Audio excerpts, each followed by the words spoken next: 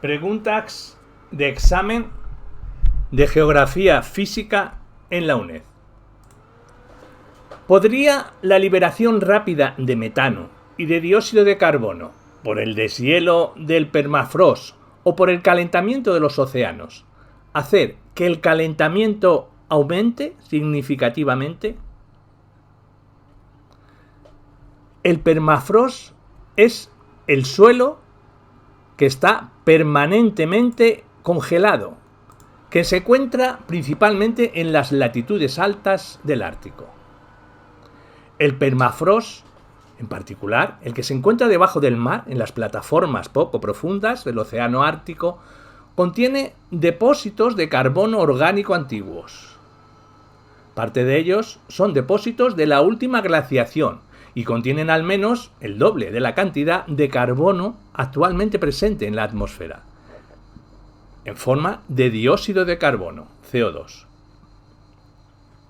Si una porción considerable de este carbono se liberase como metano, CH4 y CO2, las concentraciones atmosféricas de estos aumentarían, lo que daría lugar a temperaturas atmosféricas más elevadas.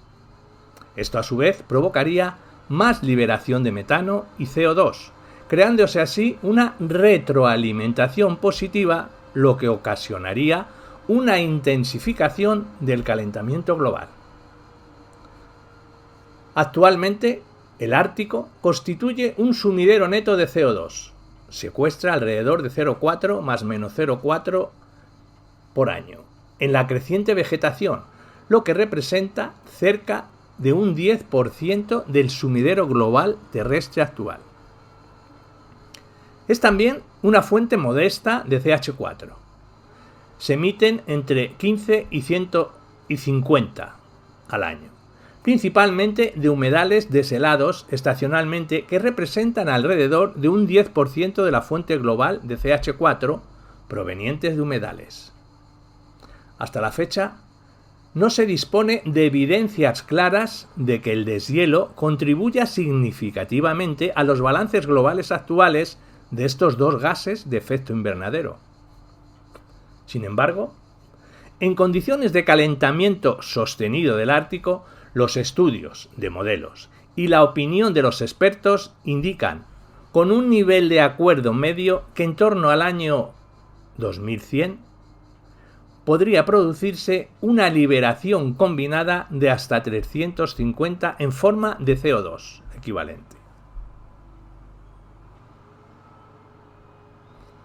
Los suelos de permafrost en tierra, así como el permafrost en las plataformas oceánicas, contienen grandes acumulaciones de carbono orgánico, que habrán de deshelarse y descomponerse por la acción de microbios antes de que pueda liberarse ese carbono, principalmente en forma de CO2. Cuando el oxígeno es escaso, como es el caso de los suelos encharcados, algunos microbios también producen CH4.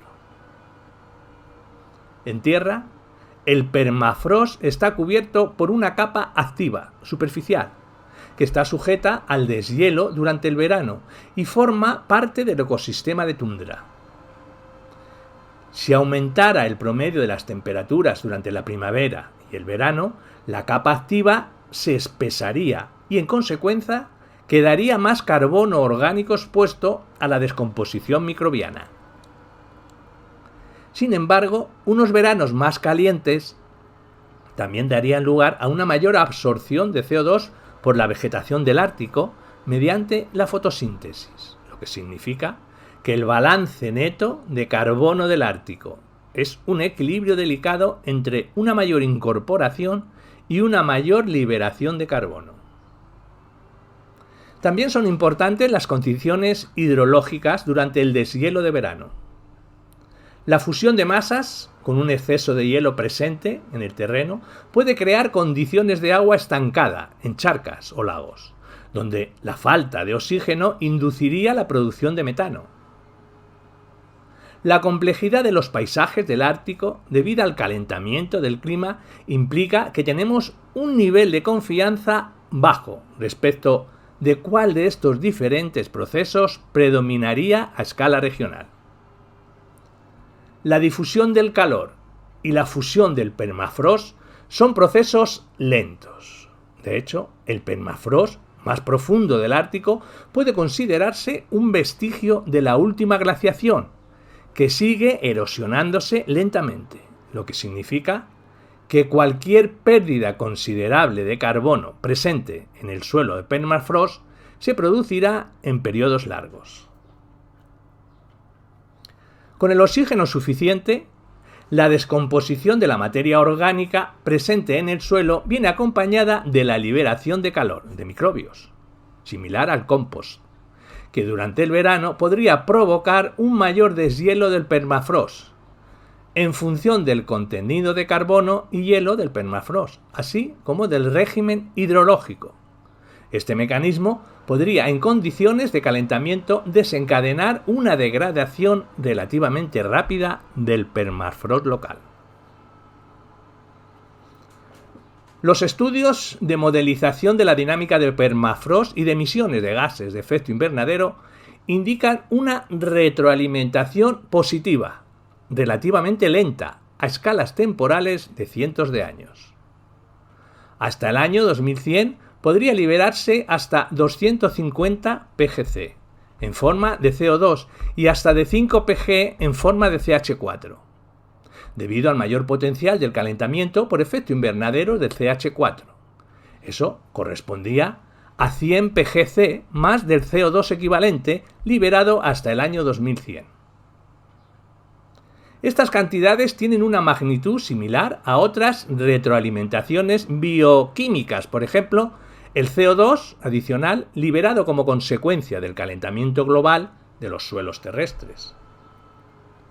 Sin embargo, los modelos actuales no incluyen toda la complejidad de los procesos del Ártico que ocurren cuando se deshiela el permafrost, como son la formación de lagos y balsas.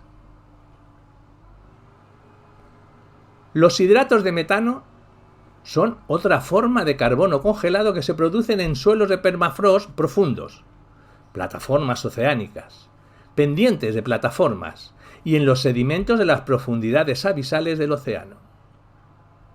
Los hidratos de metano son conglomerados de moléculas de CH4 y agua que solo son estables en lugares específicos de temperaturas bajas y presiones altas. En tierra y en el océano, la mayoría de estos hidratos se originan a partir del carbono biogénico marino o terrestre, descompuesto en ausencia de oxígeno y atrapado en un medio acuático en condiciones de temperatura y presión adecuadas. El calentamiento de los suelos de permafrost, aguas oceánicas y sedimentos o la variación de la presión podría desestabilizar estos hidratos, lo que provocaría la liberación de su CH4 al océano. Durante episodios de liberaciones más grandes y esporádicas, una fracción de ese CH4 también podría emitirse a la atmósfera. Existe una gran acumulación de estos hidratos.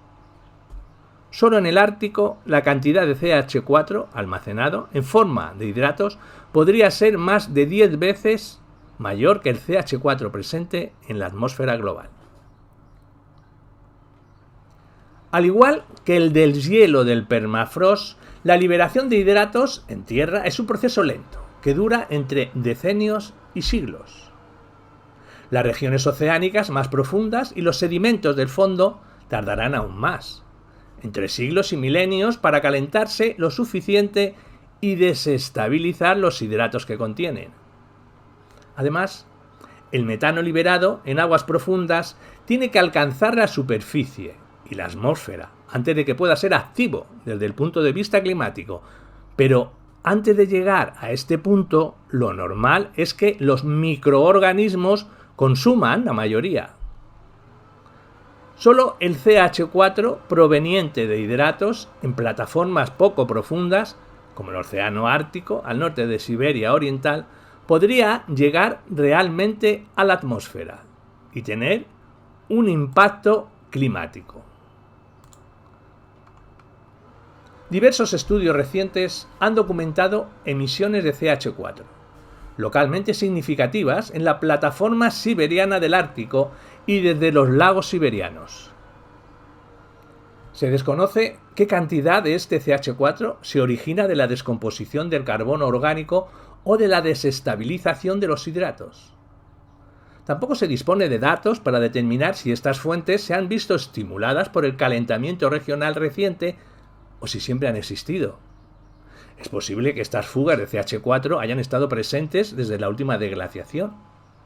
En cualquier caso, esas fuentes representan una contribución muy pequeña al balance de CH4 global, en torno a un menos de un 5%. Esto también se confirma por las observaciones de la concentración de CH4 atmosférico, que no muestra ningún aumento sustancial en el Ártico. Sin embargo, los estudios de modelización y la opinión de los expertos indican que las emisiones de CH4 y CO2 aumentarán en condiciones de calentamiento del Ártico y que proporcionarán una retroalimentación climática positiva. A lo largo de siglos, esta retroalimentación será moderada, de una magnitud similar a la de otras retroalimentaciones clima-ecosistema terrestre. Sin embargo, a lo largo de milenios y periodos más largos, las liberaciones de CO2 y CH4 del permafrost y de plataforma y de las pendientes de estas son mucho más importantes como consecuencia de las grandes acumulaciones de hidratos de carbono y metano implicadas.